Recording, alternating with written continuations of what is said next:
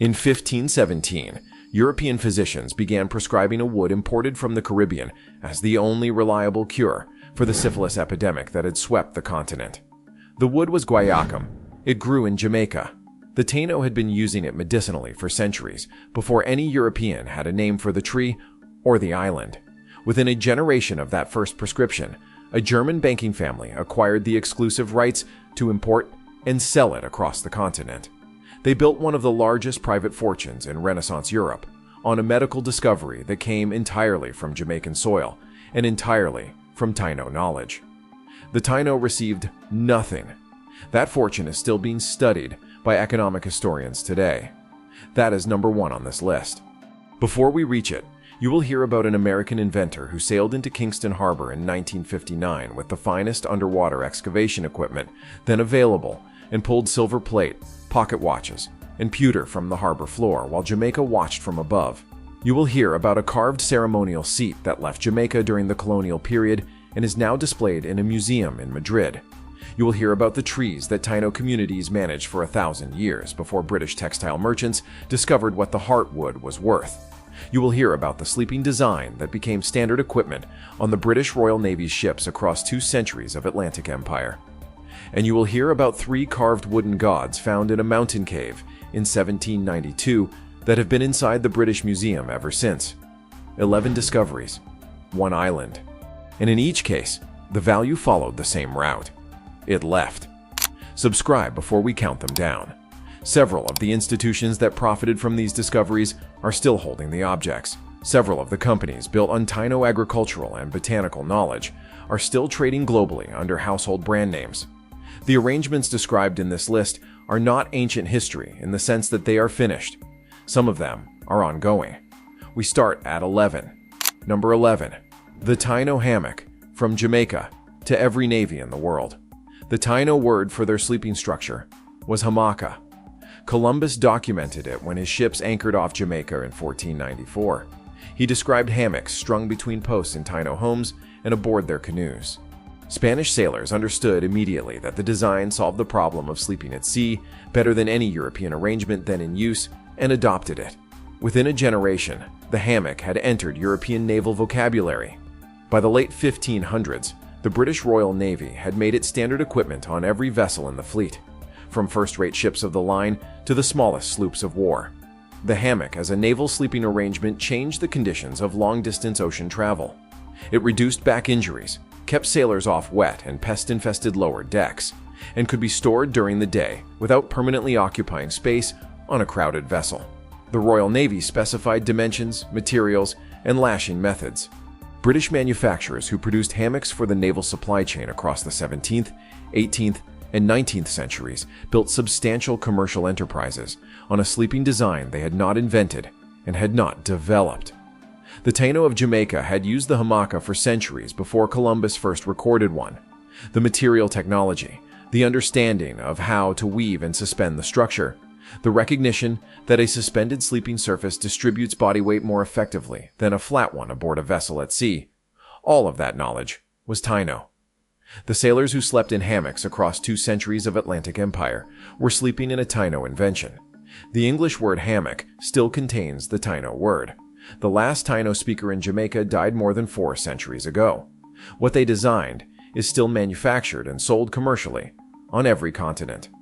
They were not there to see it leave. Number 10.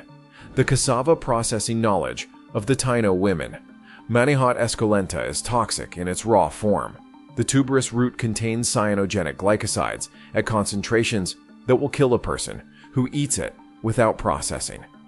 The Taino women of Jamaica and the wider Caribbean developed, across centuries of observation and refinement, a complete sequence of techniques for removing the cyanide. They grated the root, pressed it through a cylindrical woven device to extract the poisonous juice, dried the residue into flour, and baked the flour into flat bread. Getting any step wrong produces something that harms rather than feeds. The Spanish watched this process, learned it, and adopted cassava as a primary food source for the plantation system being built across the Caribbean. The processed flour stored better and weighed less than European grain. The Portuguese carried cassava from the Caribbean to West Africa in the 1500s. where it was adopted along the Atlantic coast and then across the interior of the continent over the following 2 centuries. Today, cassava feeds more than 800 million people across tropical regions of Africa, South America, and Southeast Asia. It is one of the most widely consumed carbohydrate sources on Earth, and its spread from the Caribbean to those regions began with the Spanish adoption of Taino food technology. The industrial processing of cassava at scale is a version of the method that Taino women worked out over generations. The matapi press they used to extract the toxic juice is the conceptual ancestor of industrial cassava processing equipment. The global cassava commodity trade is worth tens of billions of dollars annually. The Taino women who solved the problem of making a lethal root safe to eat are not credited anywhere in that commerce. Their names were not recorded. The method they developed is in use on every continent that grows the crop. The packaging does not mention Jamaica. Number 9. The logwood forests of the Taino coast. Along the coastal lowlands of what is now Westmoreland, Hanover, and St. Elizabeth, the Taino communities that occupied Jamaica for more than 1,000 years managed a tree they used for medicine and practical material. The Spanish called it palo de campeche. The English called it logwood. Its scientific name is Haematoxylum campechianum. When its heartwood is processed, it releases haematoxylin, a compound that produces exceptionally stable black, blue, and purple textile dyes. Before the development of synthetic chemistry in the 19th century, it was the single most important source of reliable black dye in the world. European textile merchants recognized its commercial value within decades of first contact. By the mid-1500s, logwood from Jamaica was entering European markets. By the 1600s, the trade had become one of the most financially significant commodity flows in the Atlantic economy. London trading houses, Bristol merchants, and Dutch commodity factors all handled Jamaican logwood. The profits collected in those counting houses bore no relationship to the communities that had managed the trees for 1,000 years before the first European ship anchored off the coast. The Taino, who had cultivated and understood the coastal forests where logwood grew, were gone before the trade reached its commercial peak. The knowledge of how to sustain the resource across generations went with them. What replaced that knowledge was extraction without management. The logwood trees still grow in parts of coastal Jamaica. The synthetic dye industry that eventually replaced the logwood trade was built with capital that the logwood trade had generated. The original source communities are not in the chain of that inheritance. Number 8. The allspice that grew only in Jamaica. Pimenta dioica is a tree found wild in Jamaica. Its dried, unripe berries combine the flavor characteristics of clove, cinnamon, nutmeg, and black pepper in a single fruit. The Taino used the berries as a flavoring, a food preservative, and a component in ceremonial preparations for generations before any European ship anchored off the Jamaican coast. When Spanish colonists encountered the berry and tasted it, they named it Pimienta de Jamaica. English traders eventually called it allspice, because a single berry tasted like most of what the spice trade already carried across the globe at great expense. Columbus took samples back to Spain in 1494. Every serious attempt to cultivate allspice commercially outside Jamaica and the Caribbean in the centuries that followed failed. The tree requires specific soil chemistry, rainfall patterns, and pollinator relationships that exist in the Caribbean and cannot be reliably replicated elsewhere. The only way to supply the European market was to import from Jamaica. British spice merchants held the contracts. By the 1700s, London commodity dealers were setting global allspice prices. The Jamaican plantations that replaced Taino management of the wild trees operated using enslaved labor. The merchants who handled the trade built significant commercial enterprises on a botanical discovery that consisted, at its origin, of observing what the Taino already knew. Jamaica remains the world's largest exporter of allspice. The spice appears in Worcestershire sauce, in commercial jerk seasoning sold across dozens of countries, and in the formulations of food manufacturers on 4 continents. The global market for it is measured in hundreds of millions of dollars. The Taino, who understood what this berry was worth for centuries before any European saw it, are not a named participant in any of that trade. The name allspice is English. The knowledge was theirs. Number 7. The Jamaican mahogany and the British Navy's ships. Swietenia mahogany is the mahogany species native to Jamaica. The Taino used it for construction and for the long dugout canoes that they moved between islands. The wood is hard, close-grained, dimensionally stable across changes in humidity, and exceptionally resistant to both rot and the marine-borne organisms that destroy softwood hulls in tropical waters. For shipbuilding in the Caribbean theater, it is close to ideal. When British shipbuilders encountered Jamaican mahogany after the English capture of the island in 1655, they incorporated it into the construction and repair of warships operating out of Port Royal and Kingston. British furniture makers who began receiving Jamaican mahogany in the 1700s built a prestige market around it that became one of the most commercially significant furniture trades in Europe. Thomas Chippendale used Jamaican mahogany as the standard material for his finest pieces. Those pieces are now in museum collections and private ownership across Britain and Europe, where individual examples sell at auction for hundreds of thousands of pounds. The forests that contained the mahogany were on land that Britain controlled. The labor that felled, transported, and processed the timber was enslaved. The Taino knowledge of which stands to take and which to leave, developed across 1,000 years of managing the island's forests, was not considered knowledge worth preserving by an industry whose purpose was extraction rather than stewardship. Swietenia mahogany is now classified as endangered. The primary driver of its decline is colonial-era timber removal. Old-growth Jamaican mahogany no longer exists at any commercial scale. The furniture made from it is still at auction. Number 6. The Columbus ships and the American institutions that found them. In 1503, Christopher Columbus beached 2 ships on the north coast of Jamaica, in what is now the parish of St. Anne. The Capitana and the Santiago de Palos were leaking beyond repair. Columbus and his crew spent just over a year on the Jamaican coast, surviving partly through food exchanges with the local Taino community, before a rescue vessel arrived from Hispaniola. The 2 ships rotted in the bay and eventually sank where they had been beached. Columbus documented the location in his own letters. The bay is identifiable on modern charts. In the 1950s, the American historian Samuel Eliot Morison identified the probable location of the marooning site off St. Anne's Bay. National Geographic Society funded expeditions to locate and document the remains. American marine archaeologists conducted the survey work in Jamaican waters using American equipment and are reporting to American publishers and institutions. Morrison's biography of Columbus, Admiral of the Ocean Sea, which drew substantially on the Jamaica research, won the Pulitzer Prize in 1943 and remained a standard academic text for decades. National Geographic's coverage of the Columbus ships and the Jamaican marooning site reached millions of readers internationally. The books, the magazine issues, the academic careers, and the institutional prestige built on the Jamaica research accrued to American institutions. The Jamaican contribution to those publications was the bay the ships sank in. The bay is still in St. Anne. The ship remains are still on the harbor floor, partially documented and never fully excavated. The books are still in print. Number 5. The Taino duhos now in the Museo de America. A duho is not a stool. It is a carved wooden ceremonial seat used by Taino chiefs and shamans during cahoba ceremonies, when a hallucinogenic snuff prepared from Anodinanthera peregrina seeds was inhaled and communications with the spirit world were conducted. The carver of a duho was producing an instrument of governance, spiritual authority, and collective jurisprudence in the same object. The finest examples were carved from dense hardwood and inlaid with gold, polished shell, and bone. They are among the most technically sophisticated objects produced anywhere in the pre-Columbian Caribbean. The Museo de America in Madrid holds several Taino duhos recovered from Caribbean sites during the colonial period.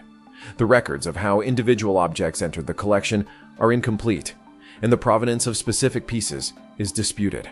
What is established is that Spanish colonial administrators and private collectors systematically removed ceremonial objects from Taino communities across the islands. Objects connected to indigenous leadership and spiritual authority followed a predictable route in occupied territories. They moved toward the centers of imperial power and remained there under the institutional frameworks those centers built to protect what they had accumulated. The Museo de America holds those objects under Spanish national heritage law. They are exhibited in Madrid. They generate visitor revenue, research access fees, and institutional prestige for the Spanish national collection. The argument for their return to the Caribbean has been made by heritage scholars and Caribbean governments for decades. The objects have not moved. The ceremony the duho was built to facilitate has not been performed in Jamaica for more than 4 centuries. The wood was carved here. The knowledge that shaped it was developed here. The museum that holds it is in Madrid. Number 4. Edwin Link, Port Royal, and the National Geographic Society. On the 7th of June, 1692, at approximately 11:43 in the morning, an earthquake liquefied the sand beneath Port Royal and dropped most of the town into Kingston Harbor within minutes. Streets, warehouses, and the people in them went under the water. Port Royal had been among the wealthiest and most active ports in the Americas. It sank largely intact, preserved in harbor silt in conditions that archaeologists have compared to Pompeii. In 1959, an American named Edwin Link sailed his research vessel Sea Diver into Kingston Harbor and began the first systematic underwater archaeological excavation of the sunken city. Link had made his fortune inventing the pilot flight simulator used to train military and commercial aviators. He brought the most advanced underwater excavation equipment then available to any private researcher. National Geographic Society funded the operation and embedded photographers and journalists throughout. Link's team raised silver plate, pewter tankards, wine bottles, clay pipe stems, and a pocket watch that had stopped at 11:43, the exact documented minute of the earthquake, from the harbor floor. National Geographic published a feature in 1960 that reached millions of readers internationally. It generated significant subscription and advertising revenue for the society and substantially built Edwin Link's reputation as a pioneer of marine archaeology. A portion of the artifacts raised were retained by or processed through institutions outside Jamaica. Jamaica's Institute of Jamaica received some of the recovered material. The international publishing value, the academic prestige, and the journalistic income generated by the Port Royal rediscovery accrued overwhelmingly outside the island. The harbor floor still holds the rest of the city. Less than half of it has been formally surveyed. Number 3. The Taino gold and the treasury at Seville. Before Columbus anchored off Jamaica in 1494, the Taino of the island had gold. They found it in the riverbeds of the interior and worked it into a gold-copper-silver alloy they called guanin. The Taino understood guanin as a spiritual material. The alloy carried a specific scent they associated with the spirit world, and they fashioned it into pendants, masks, and ceremonial plates worn during the most significant ritual occasions of the Taino year. For the Taino, gold was not currency. It was a substance that mediated between the living and the dead. The Spanish understood gold as money and as the measure by which the colonial enterprise would be judged at home. Within years of the first settlements, a tribute system was imposed across the island. Taino communities were required to deliver regular quantities of gold to Spanish administrators. Those who could not pay faced violent punishment under the encomienda. The guanin objects, the masks and pendants and ceremonial plates that represented generations of Taino metalworking knowledge and spiritual practice, were melted down without record and without ceremony. The metal left Jamaica as ingots or Spanish coinage bound for the treasury at Seville. Colonial record-keeping of Caribbean tribute was inconsistent. Administrators regularly took their own portion before the official tally. The total quantity of gold extracted from Jamaica's Taino during the encomienda period cannot be established with precision. What is clear is that almost none of it remained on the island in any form after the first 2 generations of colonization. The communities that understood which rivers produced gold and how to work the metal into objects of ritual and political significance were destroyed in the process of its extraction. The rivers that once yielded alluvial gold are still on the island. The gold has not been in Jamaica since the early 1500s. The treasury at Seville received it. The Taino received a tribute system that killed them. Number 2. Guaiacum, syphilis, and the Fugger monopoly. When Columbus's sailors returned to Europe from the Caribbean in the 1490s, they brought syphilis with them. The disease had no prior presence on the continent and spread rapidly across France, Italy, Germany, and the British Isles. European physicians had nothing with which to treat it. The Taino of Jamaica and the wider Caribbean had encountered and managed the pathogen for far longer. Their medical practice included treatments using the bark, resin, and processed wood of a tree they had known and used for centuries. That tree was guaiacum, known today as lignum vitae, the hardest commercial wood in the world. When the Spanish returned from the Caribbean with the disease, they eventually also brought the Taino treatment. By 1517, guaiacum was being recommended by physicians in Germany, France, and Italy as the primary available treatment for syphilis. The European medical establishment believed it worked, and that belief created one of the most lucrative commodity monopolies of the 16th century. Jakob Fugger of Augsburg, the wealthiest private banker in Europe, acquired the exclusive rights to import guaiacum into Europe and to control its distribution across the continent. The Fugger family held the monopoly for decades. They sold the wood to hospitals, pharmacies, and physicians at prices that reflected the desperation of a continent facing an epidemic it had no other means of addressing. Historians of Renaissance commerce place guaiacum among the most profitable single commodity trades of the early modern period. The trees that produced that wealth grew in Jamaica. The medical knowledge that identified the tree's relevant properties and understood how to apply them had been developed across centuries by Taino practitioners. The communities that held that knowledge had been destroyed by the Spanish colonial system before the Fugger monopoly reached its peak. They were not parties to any of the contracts. They received nothing. The lignum vitae tree still grows in Jamaica. It is the national tree. The Fugger family's descendants still exist in Germany. The full depth of guaiacum's original medical application in the Taino system did not survive the destruction of the communities that held it. Number 1. The three zemis of the British Museum. In 1792, a land surveyor climbing through the Carpenter's Mountains on the border of Manchester and Clarendon in southern Jamaica reached a cave near the summit of a peak called Spots and found 3 carved wooden figures placed inside it. They were Taino work, cut from guaiacum, the same wood whose medicinal properties built the Fugger fortune, and dated to the 15th or 16th century. The tallest stands approximately 104 centimeters. One represents the rain giver. One is a birdman figure. The third is a canopied form designed to hold a platform for cohoba, the hallucinogenic snuff the Taino used to communicate with their spirits. These are zemis, the physical housings of gods, the most significant category of sacred object in Taino religious life. Only about 12 Taino sculptures from the whole of Jamaica are known to survive anywhere in the world. The 3 found in that cave in 1792 are among the greatest examples anywhere.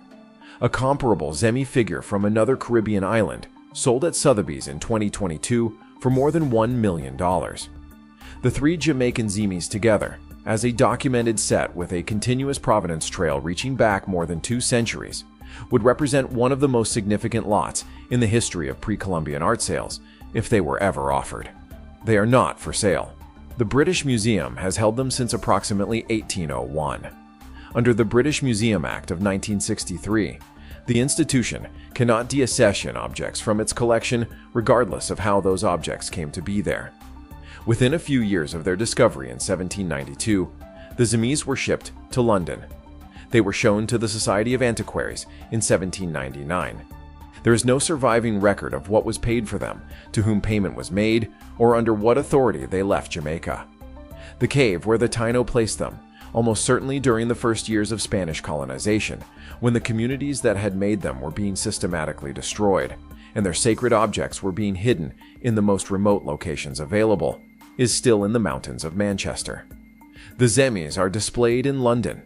They are studied by researchers who apply through British institutional channels. Every academic paper on Taino religion that cites them generates credit for the institution that holds them. Every visitor who sees them in Bloomsbury is a visitor who did not come to Jamaica to see them. Jamaica has argued for their return. The British Museum has declined. The gods are still in London. The institution that holds them has held them for more than 2 centuries, without having paid for the right to do so, because under the law it operates under, it has never needed to. 11 discoveries across more than 1,000 years of Jamaican history. A sleeping design turned into a naval standard. A poisonous root made edible by women whose method now feeds 800 million people. A medicinal tree turned into a continental monopoly that enriched a German banking family. A spice that grows nowhere else at commercial scale, traded globally under brand names with no connection to its origin. Carved gods on a shelf in London, gold in a treasury at Seville, a pocket watch photographed in a harbor, and published in millions of copies of an American magazine. Jamaica did not lose these things by accident. The routes by which the value left were structured, legal, and deliberate. Colonial tribute systems, institutional collection policies, privately funded research expeditions, and national heritage laws all operated to move value in one direction. The island was the source. The wealth went another way. Several of the institutions named in this list are still holding what this list describes. Subscribe, and we will keep counting what left and where it went.